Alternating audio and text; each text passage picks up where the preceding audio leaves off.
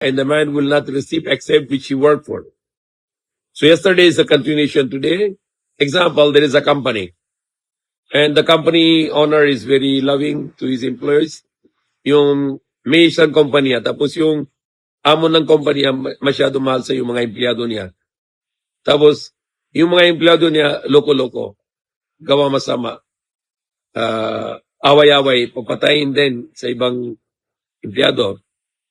At ginawa ng mga masamang bagay, mga rape sa mga babae, maraming masama ginawa ng yung empleyado niya. Libong-libong empleyado niya. Ngayon yung amo, sabi niya, mahal kayo lahat, kahit loko kayo lahat, kahit masamang tao kayo lahat, gusto, mahal kayo, mahal ako din sa inyo lahat, yung mga empleyado. So, dapat meron kayo na maparusa. But dahil na mahal ako sa inyo lahat, na sabi ng yung amo ng kumpanya, gusto ko na lang,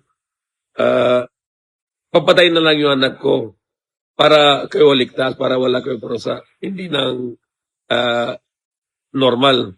Bakit yung amo ng kumpanya, papatayin niya yung sarili anak niya para hindi na puro sa yung mga empleyado na loko, masama tao na empleyado.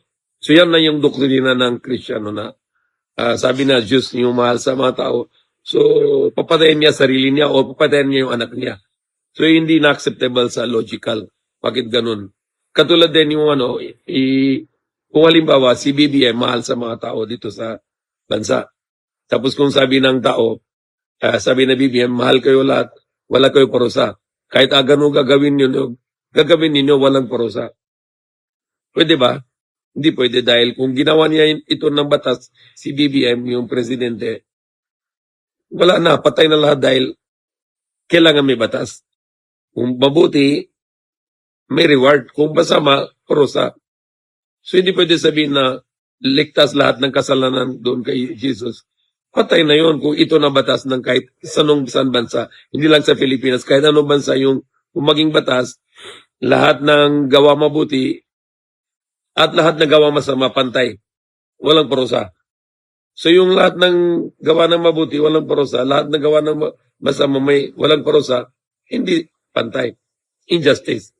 So kahit kumpanya amo, kung patayin niya sarili niya o patayin niya yung anak niya para sa mga masamang empleyado, hindi tama, mali. Nonsense actually. At kung si presidente ng Pilipinas o kahit anong presidente sa mundo, kung ginawa niya batas, lahat ng kasalanan ninyo pwede gagawin, walang parusa. Ligtas kayo lahat, kahit may ginawa na anong klase ng kasalanan, papatayin, rape, anong gusto, nakaw, okay lang. May ligtas na tubos lahat ng kasalanan ninyo. Hindi pwede, hindi yan tama. Pwede ba sabihin na presidente, sige, gagawin nyo lahat ng masama. Ako na lang papatayin sarili ko para wala kayo parusa, wala kayo ng kasalanan. O kung gusto ng presidente, papatayin niya yung anak niya para sa kasalanan ng mga masamang tao. No mind accepted, hindi tama. Okay? The justice of God, you do good. Kung gawa ka ng mabuti, may reward. Kung gawa ka ng masama, parusa. But if you ask God to forgive you, pwede yan kung gusto niya forgive. God said in the Quran, Inna Allah yakfuru dhunuba jami'a. Surely Allah can forgive all your sin. Kung gusto na Allah, magpatawa siya lahat ng kasalanan. Okay? So, kung may isang kasalanan, hindi siya patawad na kung ginawa masama sa isang tao, hindi siya patawad sa iyo na hanggang na mahingi ng sorry sa yung tao na ginawa masama. Okay? So, paliwanag ito, yung doktrina nito, yung ginawa ng Pablo, hindi ginawa ni Jesus. Hindi turo ni Jesus. Ginawa ni Pablo, hindi turo ni Jesus. Ano yung turo ni Jesus? Anong nila, paano sila na papunta sa paraiso? Ano sabi ni Jesus Christ? Keep the commandments. Magsunod kayo sa utos ng Diyos. Yan lang may salvation. Wala na ibang salvation. Sunod sa utos ng Diyos at hindi gagawa ng masama para may ligtas. Okay? So, may Allah guide us.